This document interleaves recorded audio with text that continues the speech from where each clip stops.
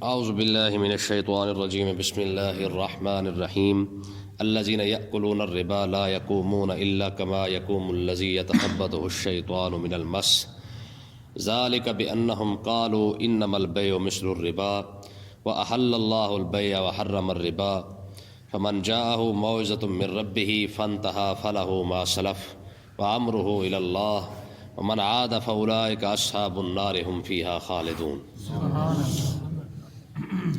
پیچھے صدقات کی بات چل رہی تھی کہ اللہ تبارک و تعالی صدقے کو قبول کیسے کرتا ہے، صدقہ دیا کیسے جاتا ہے، پھر کیسے کیسے دینا چاہیے۔ آج بات چل رہی ہے سود کے متعلق۔ یہ پہلی آیت ہے قرآن مجید کے اندر جو سود کے متعلق آ رہی ہے۔ اس کے اندر اللہ تبارک و تعالی نے لوگوں کی سوچ کو اور ذہن کو بیان کیا ہے کہ لوگ سود کے متعلق باتیں کیا کرتے ہیں اور سود خور کا جو انجام ہے وہ کیسا ہے۔ فرمایا الذین یاکلون الربا، فرمایا وہ لوگ جو سود کھاتے ہیں، لا یقومون الا کما یقوم الذی، قیامت کے دن وہ ایسے کھڑے ہوں گے، یعنی قبروں سے ایسے نکلیں گے، یتخبطہ الشیطان من المس، جیسے شیطان نے ان کو چھو کر پاگل بنا دیا ہو۔ یہ دیکھیں، یاد رکھیں، جیسے ہی قیامت کے دن سور پھونکا جائے گا، وَنُفِخَ فِي الصُّورِ فَإِذَا هُم مِّنَ الْأَجْدَاثِ إِلَىٰ رَبِّهِمْ يَنسِلُونَ، کہ جب لوگ اپنی قبروں سے نکلیں گے تو ہر شخص صحیح سلامت اٹھے گا۔ واحد سود خور ہی ہے، جب اپنی قبر سے وہ اٹھے گا قیامت والے دن تو اس وقت اس کی حالت ایسی ہوگی جیسے لوگوں کو پاگل پن ہو جاتا ہے یا جنات کسی کو چمڑ جاتے ہیں، تو جس طرح اس کی حالت ہوتی ہے، سود خور قیامت کے دن ایسے اٹھ کے آئے گا۔ واحد یہ سود خور ہوگا جس کو ایسی حالت کے اندر اٹھایا جائے گا۔ آقا علیہ الصلوۃ والسلام نے ارشاد فرمایا، جس نے سود کا 1 روپیہ لے لیا، 1 روپیہ سود کا لیا، آقا علیہ السلام نے ارشاد فرمایا اس کا کم سے کم ترین جو گناہ ہے وہ یہ ہے کہ کوئی شخص حتیم کے اندر کھڑا ہو کے اپنی ماں کے ساتھ زنا کرے۔ کہاں پہ؟ کعبہ شریف کے اندر، جہاں لوگ نفل پڑھتے ہیں، اور ایک بار نہیں 36 مرتبہ۔ یعنی اگر کسی شخص نے سود کا 1 روپیہ لے لیا ہے تو فرمایا وہ ایسی ہے جس نے 36 مرتبہ حتیم کے اندر کھڑے ہو کے اپنی ماں کے ساتھ بدکاری کی ہے۔ یہ سود کا کم سے کم ترین جو ہے وہ گناہ ہے۔ تو پھر آپ خود اندازہ کریں کہ سود کا زیادہ سے زیادہ گناہ کتنا ہوگا۔ تو یہ 1 روپے کی بات ہے۔ تو اللہ تبارک و تعالیٰ نے ارشاد فرمایا قیامت کے دن جو سود خور جب اپنی قبر سے اٹھے گا تو اس کی حالت کیا ہوگی؟ یتخبطہ الشیطان من المس۔ یہ حدیث نہیں ہے، یہ سیدھے الفاظ ہے قرآن پاک کے۔ باقی سود خور جب اپنی قبر سے نکلے گا تو اس کا حال یہ ہوگا جیسے پاگل بندہ ہوتا ہے اور حرکتیں کر رہا ہوتا ہے، اسے پتہ ہی نہیں ہوتا، وہ حواس اس کے ختم ہو چکے ہوتے ہیں۔ قیامت کے دن اس بدحواسی کے اندر اس کو اٹھایا جائے گا۔ اب دیکھیں جی، لوگوں کی غلط فہمی کو بیان کیا جا رہا ہے۔ ذالک بانہم قالوا انما البیع مثل الربا۔ یہ کفار مکہ اور یہودی عیسائی وغیرہ یہ سارے کہتے تھے کہ جی جناب قالوا انما البیع مثل الربا، وہ کہتے ہیں کہ خرید و فروخت اور سود کے اندر فرق کیا ہے، دونوں ایک جیسے ہی تو ہے۔ وہ کافر کہتے تھے اور آج کلمہ پڑھنے والا بھی یہی کہتا ہے، کہتا ہے جی فرق کیا ہے، وہ بھی کاروبار ہے، وہ بھی کاروبار ہے۔ تو یاد رکھیں بھی کاروبار کے اندر، خرید و فروخت کے اندر اور سود کے اندر فرق ہے، ٹھیک ہے۔ فرق کیا ہے؟ یاد رکھیں سود کے اندر اور کاروبار میں فرق کیا ہوتا ہے۔ اسلام یہ کہتا ہے کہ اپنی کسی چیز کو آپ تکلیف کے ساتھ، مشقت کے ساتھ، محنت کر کے ایک چیز کو بیچنا، اس کے بدلے میں پیسہ لینا، یہ کاروبار ہے۔ آپ کے پاس کوئی بھی چیز ہے، آپ اسے بیچ رہے ہیں اور اس کے بدلے میں آپ اس سے پیسے لے رہے ہیں۔ 10 روپے کی چیز ہے، آپ نے دے دی ہے، اور 10 روپے کی چیز 10 روپے آپ سے اسے لے لیے ہیں، تو یہ تو ہو گیا کاروبار۔ اور اس 10 روپے کی چیز کو آپ نے 12 روپے کے اندر بیچ دیا ہے، یہ ہو گیا آپ کا منافع۔ 10 روپے کی چیز تھی، آپ نے وہ 10 روپے کی چیز لے کر 12 روپے کے اندر بیچ دی ہے، تو یہ آپ نے منافع کما لیا ہے 2 روپے۔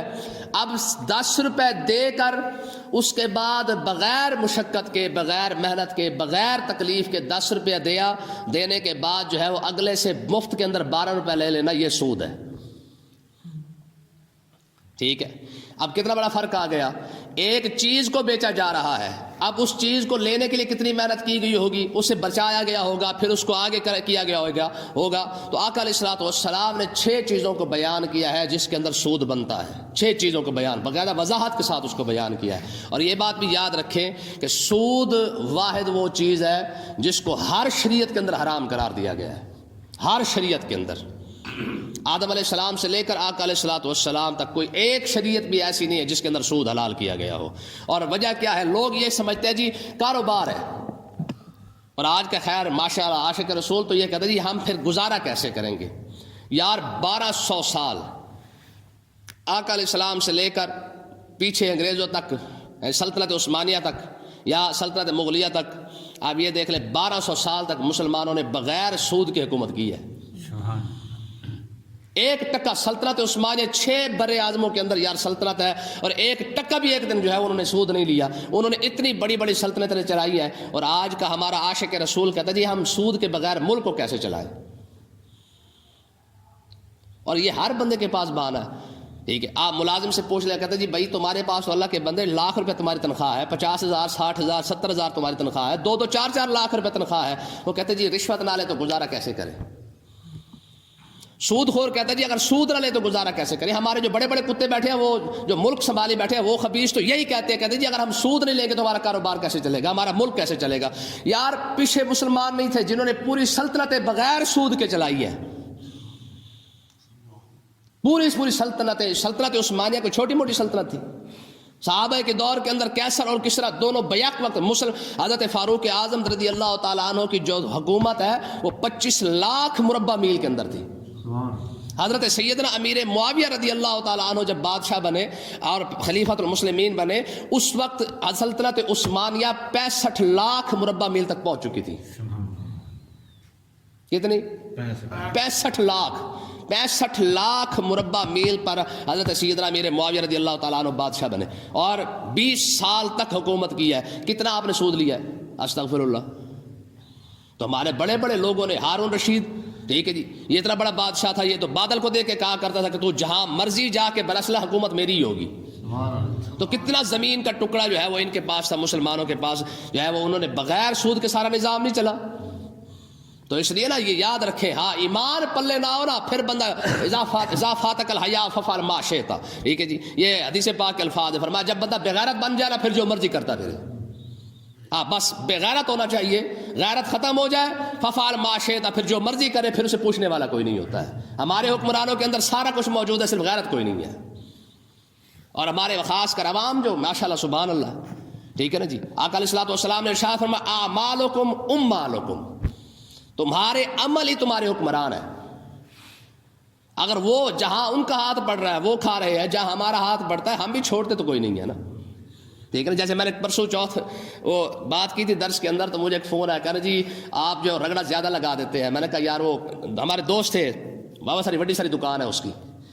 میں نے کہا یار نیکی کمانی ہے نا تو کسی اور کے ساتھ بھلا کرنے سے بہتر ہے کہ اپنے گاہکوں کے ساتھ کر لے جو تیری دکان پہ آیا بیٹھا ہے. اس سے ڈبل ٹرپل منافع کما کے تو کتنا صدقہ کر لے گا، کتنا خیرات کر لے گا. تو بہرحال لوگ یہ سمجھتے ہیں، وہ کہتے ہیں جی انما البیع مثل الربا، کاروبار سود جو ہے وہ کاروبار کی طرح ہے، وہ خرید و فروخت کی طرح ہے. ہاں اس کے اندر کیا فرق ہے؟ تو فرمایا کہ وَأَحَلَّ اللَّهُ الْبَيْعَ وَحَرَّمَ الرِّبَا. اللہ تبارک و تعالیٰ نے ارشاد فرمایا محبوب آپ انہیں کہہ دیں، یہ جو کہتے ہیں نا جی جب دونوں ایک جیسے ہیں، ایک حلال اور ایک حرام کیوں؟ وہ بھی کاروبار ہے، یہ بھی کاروبار ہے. ادھر سے بھی آپ منافع کما رہے ہیں، چیز دے کر آپ نے منافع کمایا ہے، سود لے کر بھی آپ نے پیسہ ہی کمایا ہے. جب دونوں طرف سے منافع کمایا جا رہا ہے، ایک حلال اور دوسرا حرام کیوں؟ سود کے اندر بھی منافع کمایا جاتا ہے، کاروبار کے اندر بھی منافع کمایا جاتا ہے. تو وہ کہتے ہیں جی اب دونوں طرف سے کمایا منافع جا رہا ہے، ایک حلال اور دوسرا حرام. اس کی وجہ کیا ہے؟ تو اس کی کوئی دلیلیں نہیں دی گئی ہیں، یاد رکھیں یہ کوئی دلیل نہیں دی گئی ہے. ہاں صرف اتنی بات کہی گئی ہے وَأَحَلَّ اللَّهُ الْبَيْعَ وَحَرَّمَ الرِّبَا. بس بات صرف اتنی ہے کہ خرید و فروخت کو، کاروبار کو میرے رب نے حلال کیا ہے اور سود کو میرے رب نے حرام قرار دیا ہے. ہاں مسلمان کوئی وجہ نہیں پوچھتا ہے، مسلمان حکمتیں نہیں پوچھتا. آج دیکھیں کوئی آپ مسئلہ بتا دیں اس کی وجہ کیا ہے اور تجھے کیا لگے وجہ سے. بھائی جب رب نے حکم دے دیا تو چپ کر کے کر. کیوں جی؟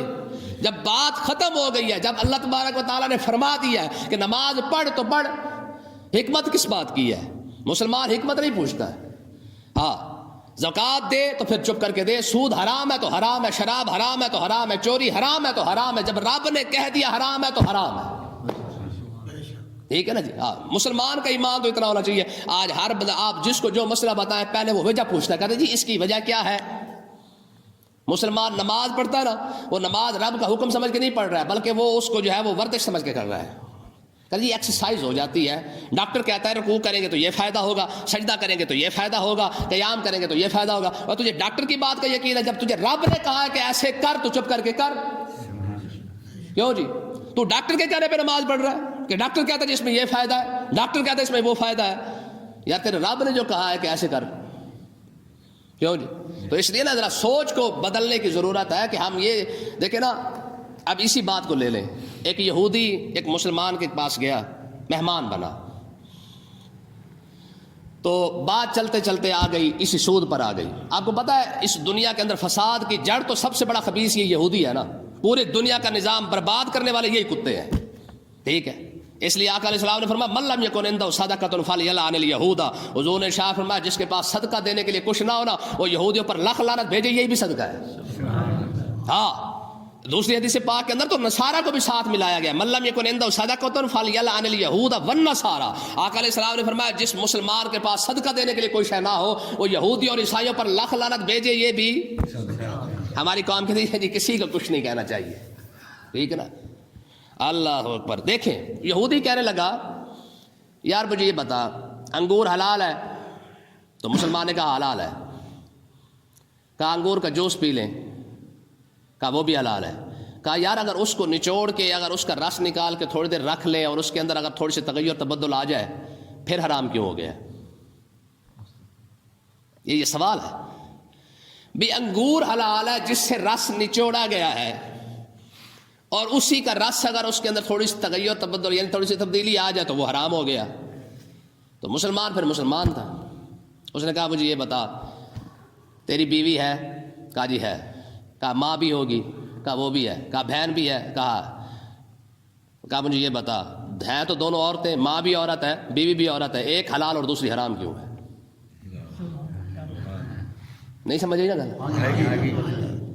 اس نے کہا تھا جی شراب اگر حرام ہے تو جس سے شراب بنائی جا رہی ہے انگور سے وہ حلال ہے. تم انگور کھا جاتے ہو اور شراب جو ہے وہ تم حرام کہہ رہے ہو. تو آگے سے جواب کیا دیا؟ کہا ہے تو دونوں عورتیں، ماں بھی تو عورت ہے، بیٹی بھی عورت ہے، بہن بھی عورت ہے، بیوی بھی تو عورت ہے نا. ایک حلال ہوگی دوسری حرام ہو گئی ہے. کیوں؟ اب مجھے آپ بتائیں کتا بھی تو جانور ہے اور بکری جانور ہے، ایک حلال دوسرا حرام کیوں ہے؟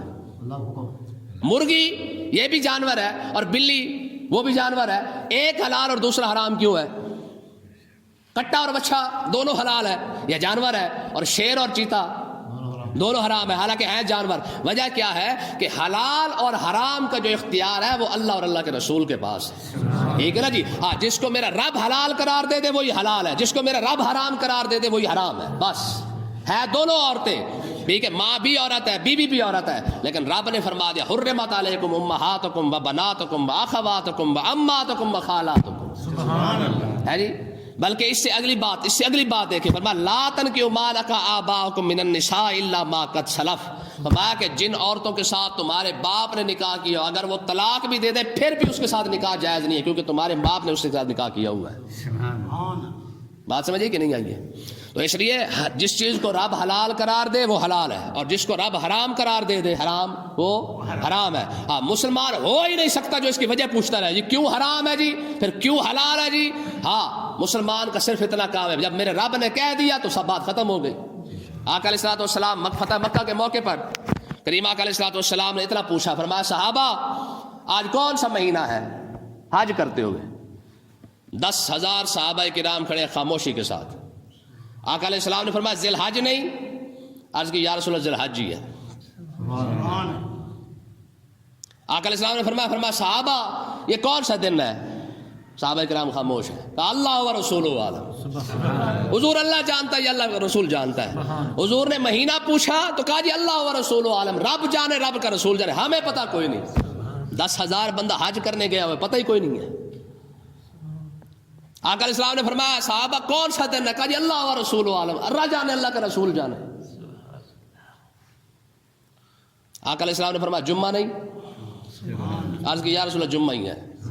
ٹھیک ہے نا جی، تو مطلب کیا ہے؟ دیکھیں جی ایمان کس کو کہتے ہیں؟ یہ ان لوگوں کا ایمان تھا، ٹھیک ہے، صرف اس وجہ سے خاموش رہے۔ فرمایا ہم نے سمجھا کہ ہو سکتا ہے آقا علیہ الصلوۃ والسلام اپنے دن کو، اس دن کا نام کوئی اور رکھ دے یا اس مہینے کا نام کوئی اور رکھ دے، تو جیسا نام آقا علیہ الصلوۃ والسلام رکھ دیں گے ہم اسی نام کے ساتھ پکارنا شروع کر دیں گے۔ ایمان اس کو کہتے ہیں۔ آقا علیہ الصلوۃ والسلام نے موزے پہنے ہوئے تھے نماز پڑھتے ہوئے، ٹھیک ہے جی، مشکات پاک کے اندر حدیث پاک موجود ہے۔ آقا علیہ السلام نے نماز کے اندر موزے اتار کے رکھ دیے، کسی وجہ سے رکھ دیے۔ جب سلام پھیرا تو سارے صحابہ کرام موزے رکھ کے سائڈ پہ کھڑے ہو کے نماز پڑھ رہے تھے، نماز کے اندر سارے موزے اتار چکے تھے۔ آقا علیہ السلام نے فرمایا تم نے کیوں اتارے ہیں؟ عرض کی یا رسول اللہ ہمیں پتہ نہیں ہے، آپ نے اتارے ہیں، ہم نے بھی اتارے۔ ایمان تو اس کو کہا جاتا ہے۔ ایمان یہ نہیں ہوتا جو بندہ پوچھتا نہیں ہے جی پھر کیوں ہے، پھر کیسے ہے، پھر کس طرح ہے، سمجھ لو کہ اس کے دل کے اندر ایمان ہے ہی نہیں۔ اگر ایمان ہوتا تو پھر کیوں کیسے نہ کرتا، ہاں مسلمان کیوں نہیں کرتا ہے؟ تو اللہ تبارک و تعالیٰ نے ارشاد فرمایا وَأَحَلَّ اللَّهُ الْبَيْعَ وَحَرَّمَ الرِّبَا،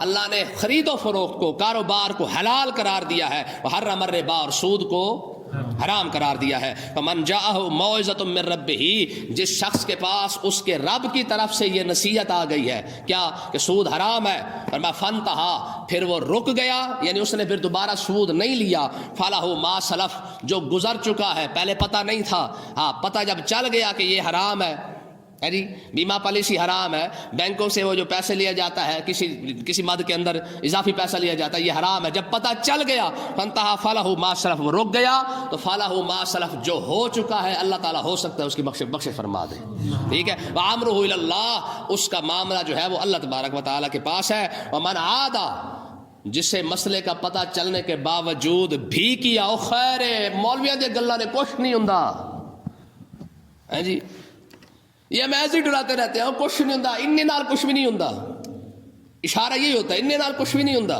ٹھیک ہے جی۔ ومن عاد، جس نے اس کاروبار یعنی سود کے حرام ہونے کا پتہ چلنے کے بعد بھی سود لیا، فاولئک اصحاب النار ہم فیہا خالدون، فرمایا کہ وہ ہمیشہ ہمیشہ کے لیے جہنم کے اندر رہے گا، یعنی لمبی سے لمبی مدت ترین تک جو ہے وہ جہنم کے اندر رہے گا۔ جب رب نے منع کر دیا ہے تو اس کا مطلب یہ ہے کہ جو چیز اللہ تبارک و تعالیٰ منع کر دے تو اس سے رک جانا چاہیے۔ کیوں؟